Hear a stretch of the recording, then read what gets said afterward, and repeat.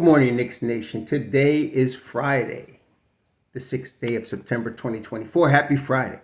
I hope you're all safe and healthy. I hope your family is safe and healthy and that the needs of you and your family in terms of food, shelter, clothing, as well as health are being met today. Blessings upon those that work in the healthcare field, along with the first responders who every day are out here doing their best to save lives. Those also that pick up garbage to keep our places safe and clean. Those also that make deliveries of things like mail and people and food and water for our convenience. Double blessings on the men and women that are out here trying to help rescue, deliver, and recover teenagers and children that are the victims of child molestation and pedophilia. People that are also victims of prostitution and child prostitution. Victims of pornography and child pornography, victims of human trafficking and sex slavery. Double curses on the perpetrators of these things, double curses on those who actually profit from these things, and double curses on all the perverts that create the great demand to have these things. Finally, double blessings on the homeless. More than 600,000 men, women, children, families, veterans, senior citizens, homeless in the United States of America, and millions around the world in similar or worse conditions. Blessings upon them, for theirs is the kingdom. Today, I'd like to talk real quick. So, see, this is the thing. If there's nothing to say, I don't say nothing. I try not to.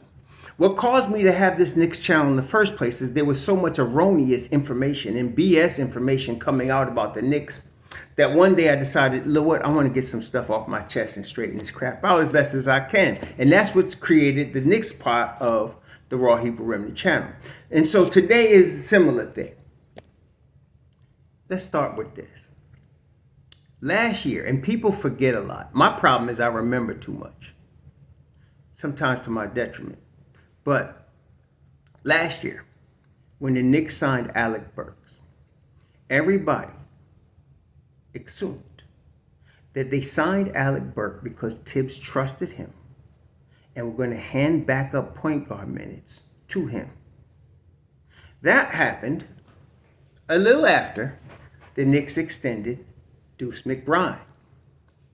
Deuce McBride played so well under those circumstances that Alec Burks became virtually irrelevant and was out of the rotation.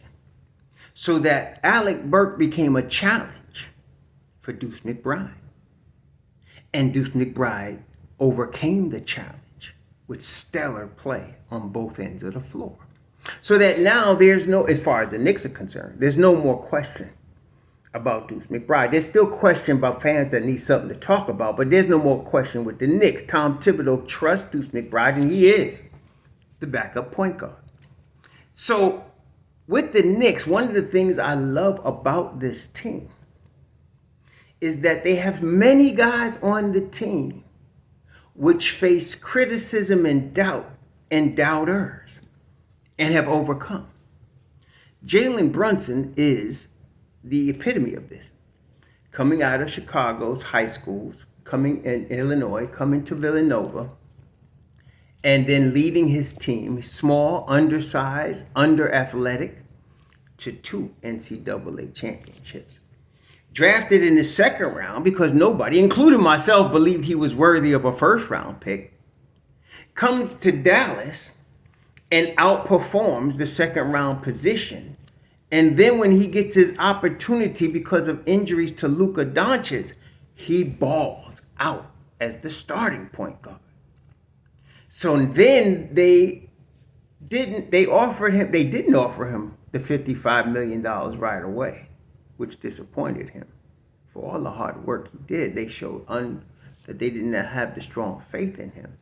Then later that season, as he began again to show who he really was, they offered him the $55 million, but it was too late. And the Knicks gave him $100 million, which I, at the time, even thought, I know the boy could ball, and I know he could ball in the playoffs, but $100 million? Well, now, obviously, he's outperformed that. So that he is the epitome of a player that people doubted that overcome the doubt. So is Deuce McBride now, to obviously lesser degree.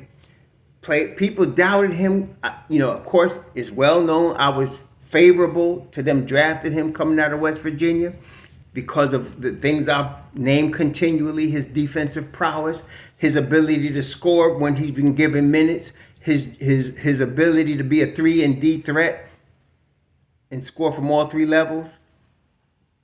I've been on his side. I'm Deuce High. Y'all know that. And there's many of you, some of y'all, big portion of the Knicks Nation is also Deuce High. And so people doubted him. And then, of course, everybody was counting Alec Burks' minutes before he even got the Knicks uniform back on last year. And Deuce shut that down like he does many guards in the league. So that was the end of that. So now, the two weaknesses. See, right now, as far as position, the Knicks have no weaknesses. I know people want to create them to create stupid fodder. But they are prepared to make a championship run. Some people might say, well, we need a backup center. No, we don't. We good. I trust Precious and Jericho to man backup center position minutes. But the weakness, the doubt comes with Mitchell Robinson. Can Mitchell Robinson play at least 60 games, and God forbid 65 games of this season? And I've also noted that this is possible weakness only because of his injury history, so that people are doubting him. Now, me, myself, I'm trying to be realistic but hopeful. Like, in other words, MitchRob has been averaging about 50 games a year. And someone said, well, he's only going to play 50 games. And I couldn't argue with him because that's what he's been averaging. But my hope is that MitchRob overcomes the doubters and comes out with 60 to 65 games this year. Because if he does that and beats himself, which to me is, I always liked him. From the rookie year, I thought he was a steal in the second round. Still do. And always said he was a championship piece. Still believe that. If he plays 60 to 65 games, the Knicks going to be in the finals. Okay? That's what I feel about it. And they can beat Boston or anybody else on any court if he's playing 65 games and he's playing MitchRob basketball. So I am hoping he overcomes the doubters. Even, and I can understand doubters that are either casual fans or doubters that are not even Knicks fans. Okay, I can understand that because they don't know. But me, I'm pulling for this brother to get 60, 65. I'm not speaking any doubt into existence. So, again, with him, to me, it's about management. And again, we learn this from watching how San Antonio manages Victor Wembanyama and how Oklahoma City and Diagonal manages Chet Holmgren. The Knicks could manage, if they manage MitchRob the same way, and I have a strong feeling they will. He's going to make it to 60 to 65 games, which is going to make the Knicks very tough. The second player in this same scenario is OG Anunoby. See, again, if the Knicks have a weakness, it's the weakness of injuries. It's not the weakness of a lack of talent at any position, because they don't have that. Some people would claim a weakness at the center. That's what I've heard most, which is making me ticked off, but I'm just going to chill. Then, of course, there's some that even would stupidly claim they're weak at backup point guard, which is stupid on its face, but I'm going to leave that alone too. No, weakness is the injury. Last year's Knicks team, if not injured, would have caused some problems in the Eastern Conference, already finishing second with many key players injured. So injury is the biggest risk for the Knicks. It's not any talent. It's not any position. It's injury. So with OG Anunoby has something to prove. The year the Toronto Raptors won the chip, he wasn't quite that involved because he was injured. When he played last year for the Knicks, they were 14-2 when he first came. 16 games, they won 14 out of 16. They was killing. Then he hurts his elbow, and that's that. So now he has something to prove. Can he stay healthy for 65 games? And he has just as big, if not bigger, reasons to do it than MitchRob because of the $212 million contract he signed. And you best believe that the full payment is tied to 65 games being played. If we can get this brother to play 65 games, and again, this is a brother that averages about 60 games a year. And so somebody would say, well, he's only going to play 60 games. Can't argue with him because that's been his average. But if they manage him properly, and it's actually harder to manage OG than it is MitchRob, and I'll tell you why. With MitchRob, you got a guy that's a game changer when he's healthy and when he's, offensive rebounder wise. But with the mentality of a Precious, and then you got Jericho, and then you got Hart, the gang mentality on the boards, which Knicks do very well, that can kind of, give some backup to MitchRob, and so you can mitigate that. But OG is such a game changer.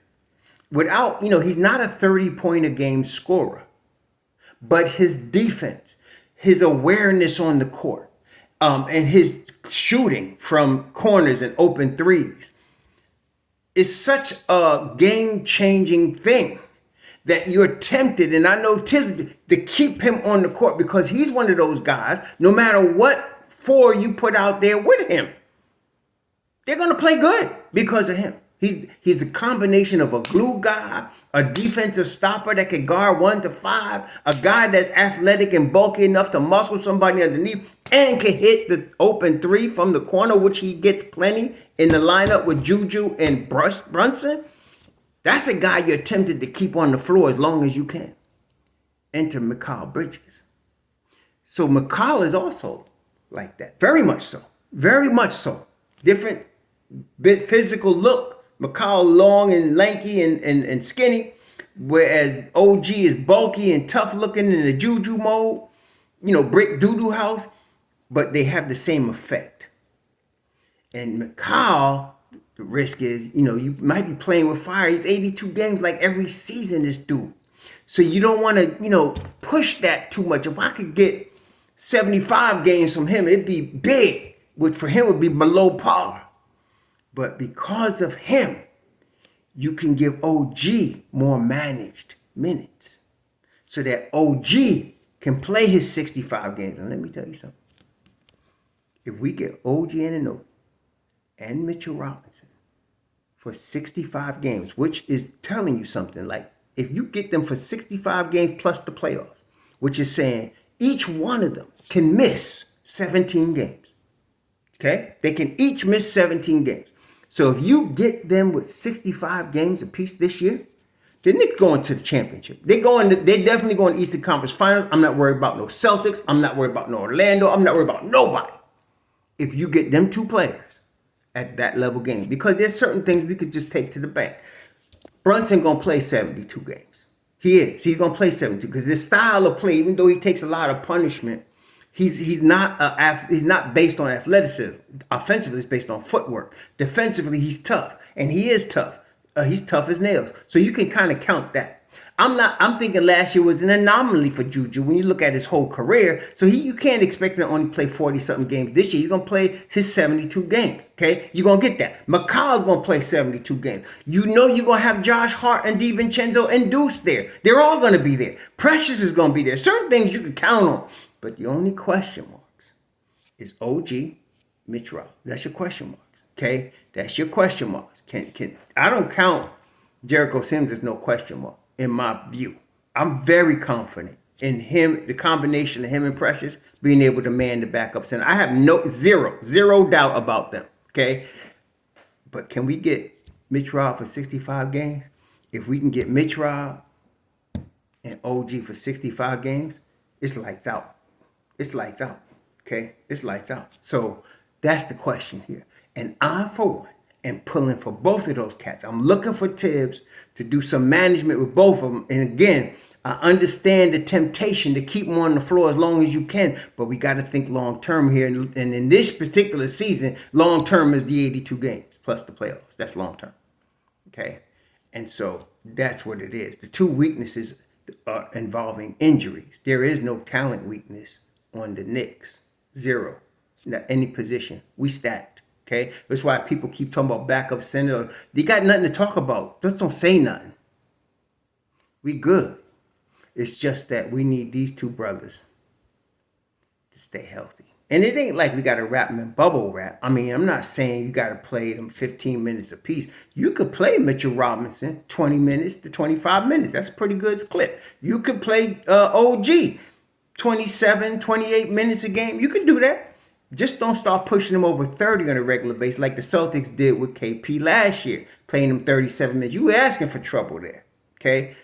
And the Celtics were so talented aside from KP, and I mean at every position, and then getting big play from old man, the center they got, I forgot his name, but he was like 38 years old, 36 years old, playing his butt off. To get that kind of production from him in the absence of KP, plus your Sam Houses and Cornets, and of course Peyton Pritchard off your bench, that with the starters of Tatum, all-world, and Brown, all-world, and then of course already champion Jrue Holiday, two-way champ, and then, Derek White, you had, and Al Horford. Al Horford, is the one that was really stepped in there that made the absence of KP not as impactful. But just getting some time from KP, I think they got 57 games from him, plus playoff, which is not even all of that. That was enough to push such a talented team over the top. But they messed up in playing him 37 minutes, 35 minutes when he was here. Can't be doing that. You ask for trouble. And I hope Tom Thibodeau takes note. And I'm pretty confident he will. Actually, I'm pretty confident he will. We'll find out soon enough because the season getting ready to start soon. But the two weaknesses are injury weaknesses. They're not position weaknesses. They're injury weaknesses. It's a difference. And you can manage injury weaknesses. And of course, I'm expecting fully, as all the Knicks, that both Mitchell Robinson and OG Anunoby are going to come into camp in shape, ready to ball. Okay, I'm expecting that. Now, I'm not even going to say I'm going to be disappointed if they don't. I would be, obviously, all of us would, but I doubt that's going to happen. I think just knowing MitchRob over the last 4 years of watching him and then seeing off-season stuff that he does, he's messed up in his strategy from time to time. Like when he thought he could be 280 pounds and be effective, that played out quick. But he's always trying to get better and be ready. And everybody that Tom Thibodeau has in his rotation has the same mentality. It's part of the new Knick culture. So I'm expecting both of them to come in top shape. That being the case, and they get their minutes properly managed, I think we're going to be in good shape. But that's the only doubt. And I'm hoping both of these brothers prove the doubt is wrong, as all the other Knicks have, including Jalen Brunson and Deuce McBride. Y'all enjoy your Friday and your weekend. Shalom.